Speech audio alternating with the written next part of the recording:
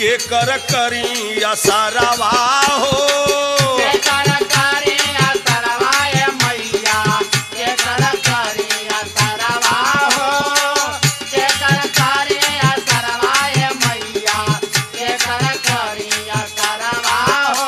अरे माई बापू सब सुख का साथी